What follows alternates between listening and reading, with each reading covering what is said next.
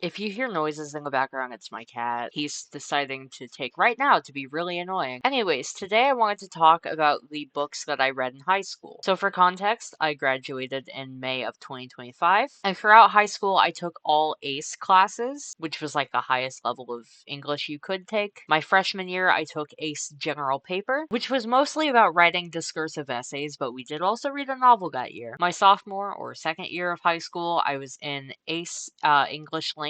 My third year, I was in AICE English Literature. And then my fourth year, my senior year, I was in AICE English Literature A level, which was like the second of that class. I will also say up front that a lot of the reading we did was like short stories. Specifically my sophomore and junior year, a lot of the reading we did was short stories and poems. In fact, because of this, I have nothing to talk about for my sophomore year, but I do have 3 novels, I believe. Yeah, 3 novels and 3 plays to talk about. I'll talk about the novels first, and I'll talk about the plays, and I just want to review all of them because I'm trying to get into the like booktube side of the internet. Okay, so my freshman year, I was in AICE General Paper. Most of the reading in that class was more like reading articles and stuff. However, we did a huge unit about discrimination and like human rights and stuff for essay topics. And so to go along with that, we read Of Mice and Men by John Steinbeck. Now, I will note, we read this as a class, so it's kind of like a live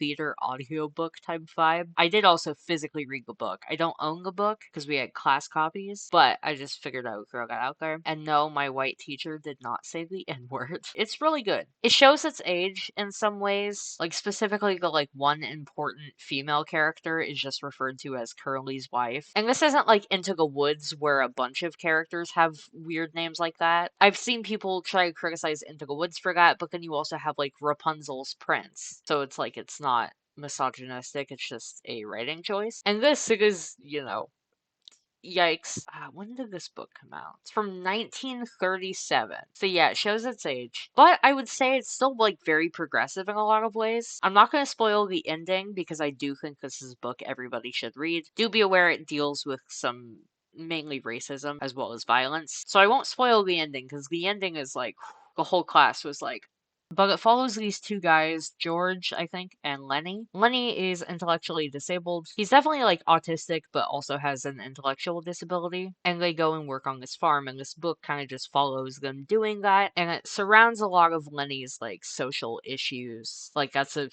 really important part of it. And slowly throughout the book, you learn like how they ended up here. It's just a really good like character book, as well as like it's very interesting. Like I know it sounds boring. I'm like they just spend the whole time on a farm, but it's not that long. If you aren't a reader, there's also a very faithful movie adaptation. It does tone down the racism for the better, I'd say, but aside from that, it's pretty much one-to-one. And this was my favorite of the novels that I read in high school. My junior year, like I said, I'm kind of skipping over my sophomore year because we just read a bunch of short stories. There was assigned summer reading. My junior year, I had to read Atonement by Ian McEwan, and this is not only definitely the worst book I read in high school. One of the worst books I've ever read. Definitely my least favorite reading experience I've ever had. I think on like a technical level, the Into the Pit Scott Cawthon book was worse. I did a whole video deep diving into that book, which I'll link below. But that was mainly bad because Scott Cawthon is a bad writer. Atonement is just like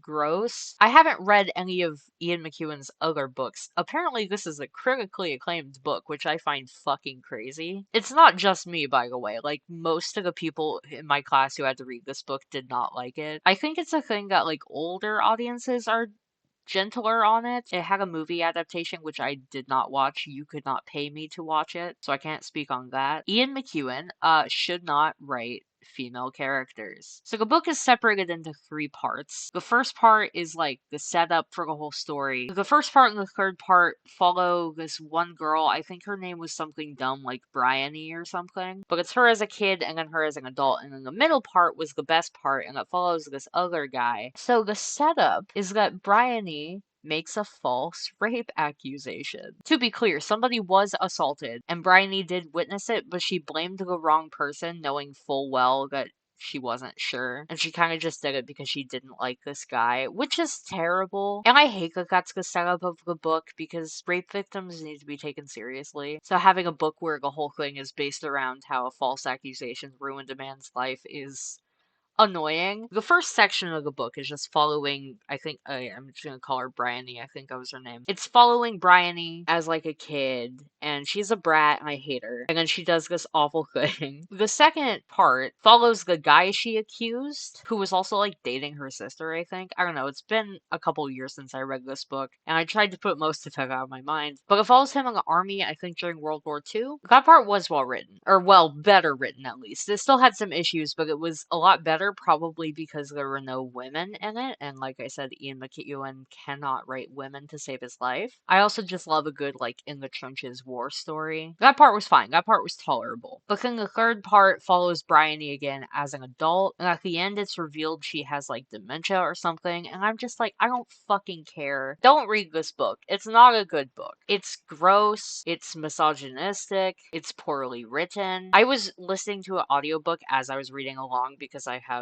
like, processing issues. So hearing this, like, older British lady read through the, like, sexual moments in the book also made me uncomfortable, but that's more of an audio, that's not the book's fault. It just made me, it was an added layer, I guess. It was hell to get through this book. If I wasn't reading it for a class and it wasn't like required, I would not have read it. I probably wouldn't have even gotten past the first part because it was so bad. Bryony is like an insufferable character. Her as an adult is still insufferable. It tries to commentate on like war and stuff, but it doesn't really. Like, it has nothing to say. It's like setting it during war doesn't mean that you have good commentary about war. Ian McEwan, I can't force myself to read any of his other books. Atonement, I don't think was his first book. Atonement is a bad book. Worst reading experience I've ever had. Don't read it. Now, the book I read the summer leading into my senior year because it was for that class is like in the middle for me. Like, I loved Of Mice and Men, I hated Atonement,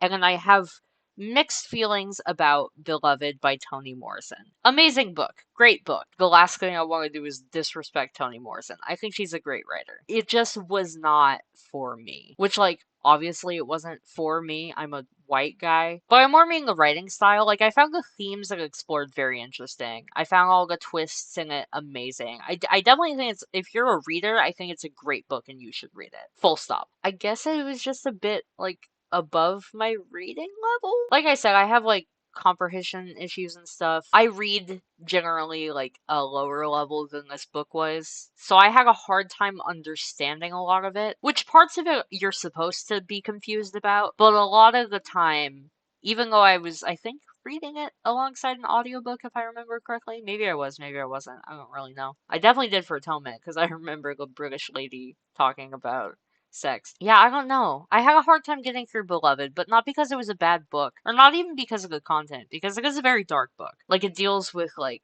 child murder and shit. It was very interesting. I found Atonement, or not Atonement, fuck Atonement. I found Beloved very interesting. I personally had a hard time with it. But I have all of the respect in the world to it. I think it's a great book. It's just not really to my sensibilities, I guess. Is that fair? Am I gonna get burned alive with a stake for saying that? I think that's fair. And now we get to the plays. I'm a big theater kid. I've been doing shows since I was like 5, so I loved that we looked at plays. We did read them, but I more retained like us watching them because theater is meant to be seen and not read. The first one I want to talk about because it was the first one I read. I've been doing these in chronological order if you haven't noticed. My junior year, we read and then watched a production of Cat on a Hot Tin Roof by Tennessee Williams. Great play. I think it's a great play. I think a lot of the characters are annoying, but like they're supposed to be, and they're not so annoying that it ruins the show or anything. I do think people overhype how important the homosexuality aspect of it is. Like, this might be a hot take, but I think that you could cut most of that stuff out and still have a really good play that's not too different. It's a play about family. I find stories about family very hit or miss. Yeah, it's just a really good play. We watched a production of it. There's like a pro shot of it somewhere. That was really good. I thought all the actors did great. It deals with like alcoholism. It ends in rape. I think I can call it that. So, like, warning for sexual assault. There's a lot of sexual assault I'm noticing in the stuff we read, mainly Gus and Atonement. Spoilers for Cat on a Hot Tin Roof, but the play ends with her, like, the main lady hiding all of her husband's alcohol to, like, coerce him into having sex with her, which is gross and is assault. And I feel like some people will look at that and be like, he's a piece of shit. Yes, girl boss, which, like, he is a piece of shit, but don't assault someone like that or coerce them into sex or however you want to word it. That part didn't really sit right with me because it doesn't really condemn her for doing that. Granted, this is kind of an older play. I think it's from like the 70s. Very interesting play. Deals a lot with family dynamics and characters. I love a character focused story, so it's a great character study of the different cast members. Also deals with like class issues. It's a very good play.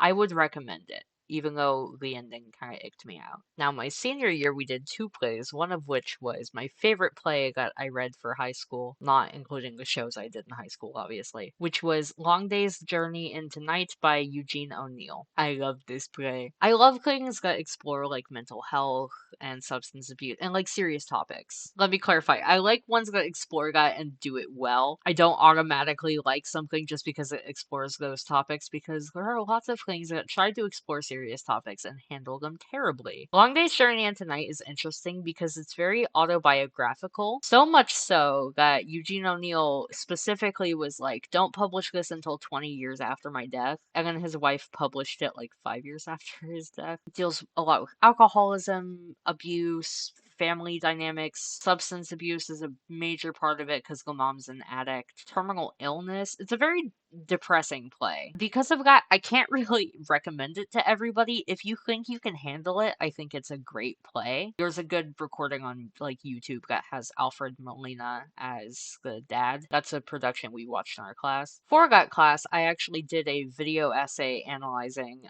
Edmund, who's the son who's terminally ill, analyzing his mental health. I found him to be the most compelling character. I think that's intentional because he's the character who's clearly a stand-in for Eugene O'Neill himself. I'll link that video essay in the description. Yeah, just a really good play. It was a hard watch, but like it was really good. It is a really, really good play, and if you can handle it, I highly recommend it. And finally, the last thing I'll be talking about in this video, which was, oh my god, my cat. The other play I read my senior year. I say I read it. I didn't read most of it. You're very quickly going to learn why. But we did also watch a movie adaptation of it, which from what I did read of the play is fairly accurate. Hamlet by William Shakespeare. I don't like Shakespeare. And I'm not saying that as somebody who didn't like Hamlet or whatever. I'm saying that as somebody who I think I am in good standing to confidently say I don't like Shakespeare's work. I've never enjoyed really anything of his. Here's me as Friar Lawrence in a production of Romeo and Juliet. Gray-eyed morn smiles on the frowning night, checkering the eastern clouds with streaks of light. Now ere the sun advance his burning eye, the day to cheer and night's dank dew to dry. I must fill up this osier cage of ours with baleful weeds and precious dew-set flowers. So I think I'm in decent standing to say I don't like Shakespeare. Granted, I've not read like all of his work. You couldn't pay me to. Hamlet was better. It was okay. I didn't hate it. I don't think Shakespeare was a great writer. I think Shakespeare was a great poet, but I don't think that translates to being good at writing stories. I think he wrote great poetry. I don't think he should have written plays. Yeah, Hamlet, I don't have a lot to say about it because, like I said, I didn't read the whole thing. What I did read was annoying because I find Shakespeare annoying. What I recall of the movie was well acted, but I found it annoying because I find Shakespeare annoying. If you like Shakespeare, it's fucking Hamlet. It's one of his better plays. But as somebody who doesn't like Shakespeare, I did not enjoy it. I found parts of it charming. I thought some of the humor was funny. I thought Hamlet himself was an interesting character. I found the mystery surrounding Ophelia's death interesting because it happens off stage. So there's a lot of different interpretations of it. My interpretation is that the mom killed her, but that's just me. I think Hamlet is very important. It's inspired a lot of great art, but on its own merits, I don't fuck with it. I don't fuck with Shakespeare. and I never want to hear his name ever again. But yeah, not including all of the countless poems and short stories I read, that was all of the reading material I did in high school and my thoughts on them. I'm trying to get more into talking about books online because I've been getting back into reading, so this seemed like a quick and easy kind of compilation of reviews I could put together. I wish I had my copies of Atonement and Beloved to show here, but they're at my dad's. I will probably be selling my copy of Atonement at some point because I don't have use for it. If you made it to the end of this video, please comment below if your favorite book or play or whatever that you were forced to read in school. If you liked the video, consider, liking the video. You can subscribe to the channel. I do gaming content, but I've kind of fallen off of that as of recently. I'm not super consistent in what I post. I post vlogs and song covers somewhat consistently. I do a lot of gaming content, trying to get into book content. If you vibe with me, consider subscribing to the channel. And I will see you whenever I see you again. Goodbye.